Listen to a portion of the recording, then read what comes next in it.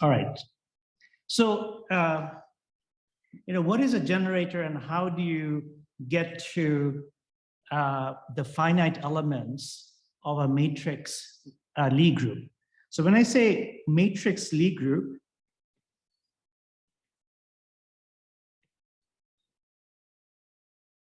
what I mean is that it's a continuous group. Okay.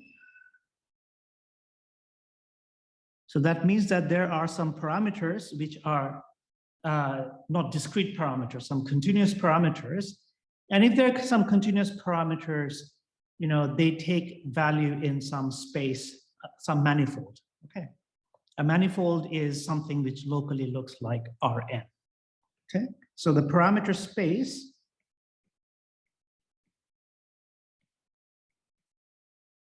is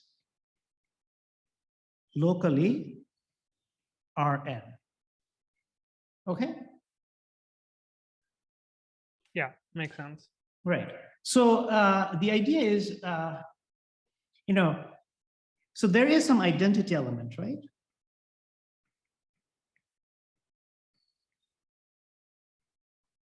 And, for the matrix group, for the matrix Lie groups,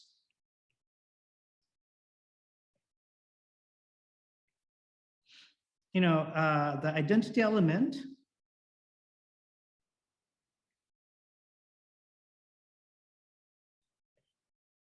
it'll just be the identity matrix, right?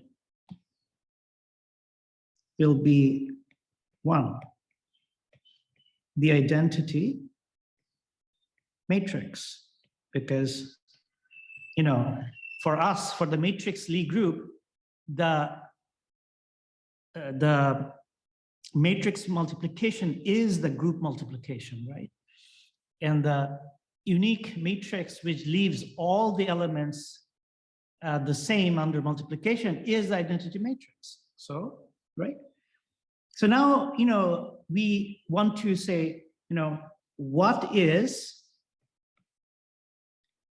the notion of, say, smallness, right? So, because we are looking at a group which is also manifold. So there should be some corresponding in a manifold. If you have, suppose you have some manifold, and we are looking at some neighborhood here, which we have mapped to neighborhood in Rn. Okay, that's what we mean by manifold, that for every neighborhood there is some map which takes you to a some subset of Rn, right?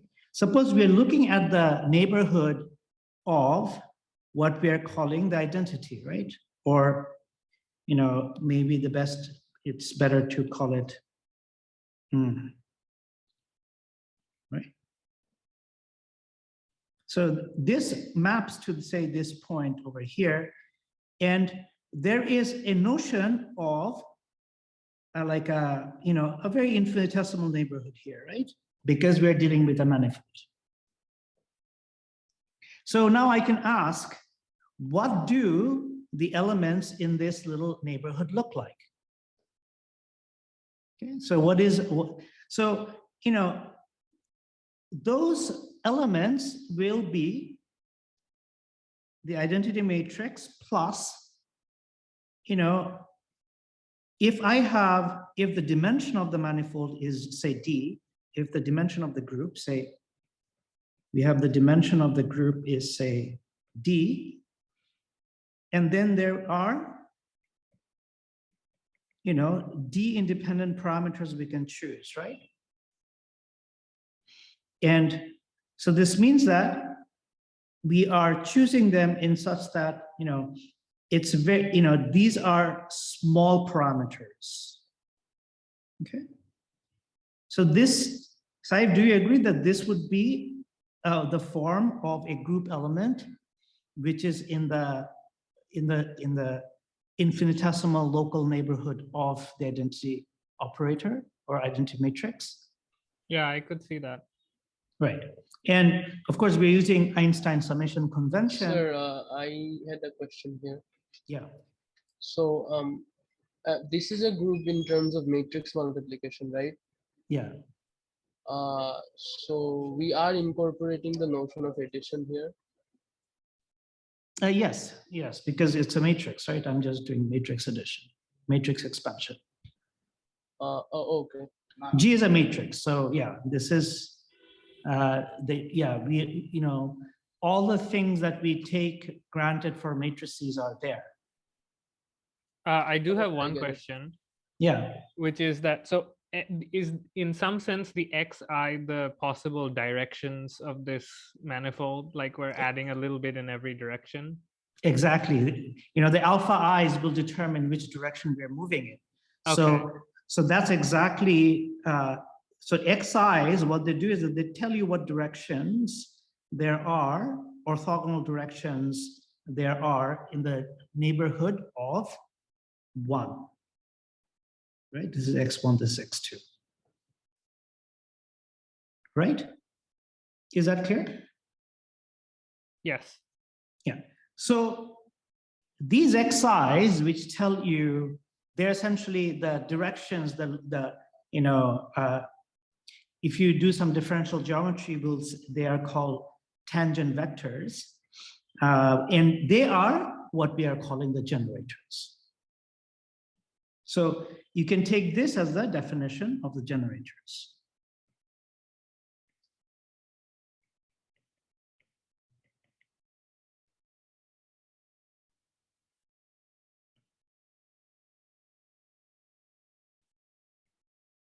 Okay.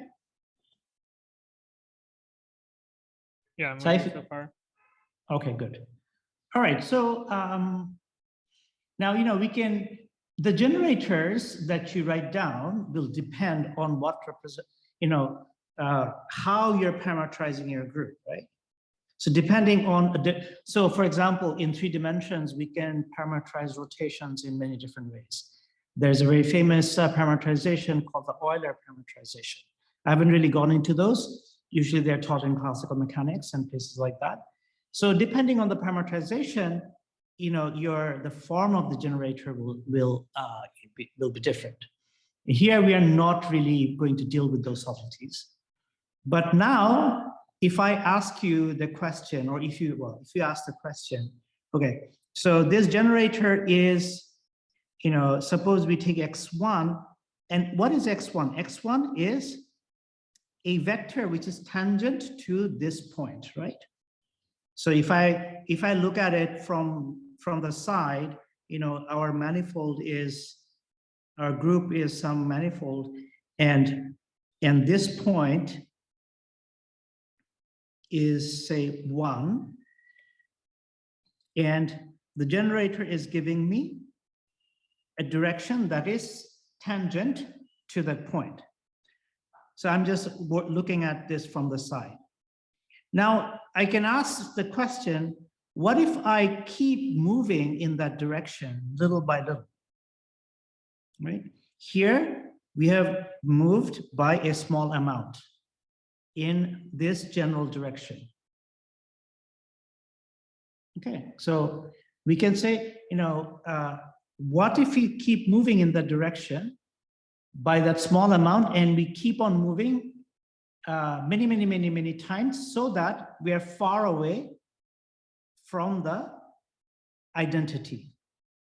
So in other words, so we are basically moving, let me use a different color, moving in that direction. So, and we say reach this point, let's call that point P. And on this, on this manifold, P would be somewhere over here. So this would technically not be P, but it should really be the coordinates of P, right? So how do we find this point? Well, how do you find the group element that corresponds to P? So this is, let's call it a GP, because it's also a group element, right? And there we do what is known as exponentiation. So what we say is that, well, we had a very small map, a very small group element, say delta of G, and this was given by 1 plus delta alpha I of x of I. Now, what if I take this, apply this n times? Okay. And now let's define a finite angle, a finite parameter, set of parameters, which I'm calling alpha I. There is divided by n. So I'm defining alpha I to be given by delta alpha I times n. Okay. Now, what happens in the limit where n goes to infinity, but I'm keeping this fixed, alpha I fixed.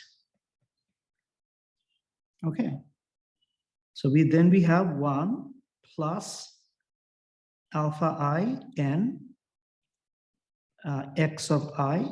Of course, this is a dot product to the power n, and n is going to infinity. And this we know is e to the power alpha I xi, right? This is also something that holds for matrices, not just for numbers. So this is an example of a finite element.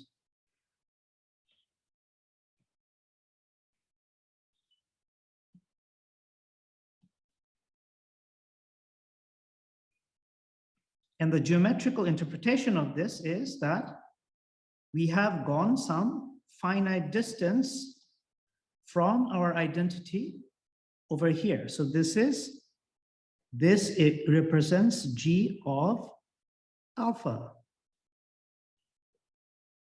So Saif, does that clear up the notion of how this is how these two ideas are interrelated? Yeah, so one follow-up question, which is, so if two elements are continuously connected, that means you were saying that like you have to go there gradually, but that means that the gradual steps are also all inside the manifold, right?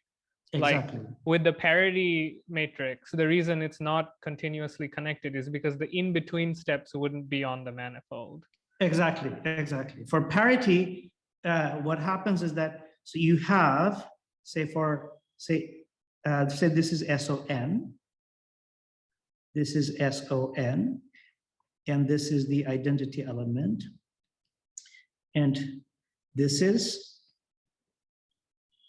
the part of ON. So parity takes you to minus the identity element, right? And these two together give you ON. Okay, so parity, there is no there is no continuous parameter that one can associate to parity. It's a discrete transformation. It's an on or off switch.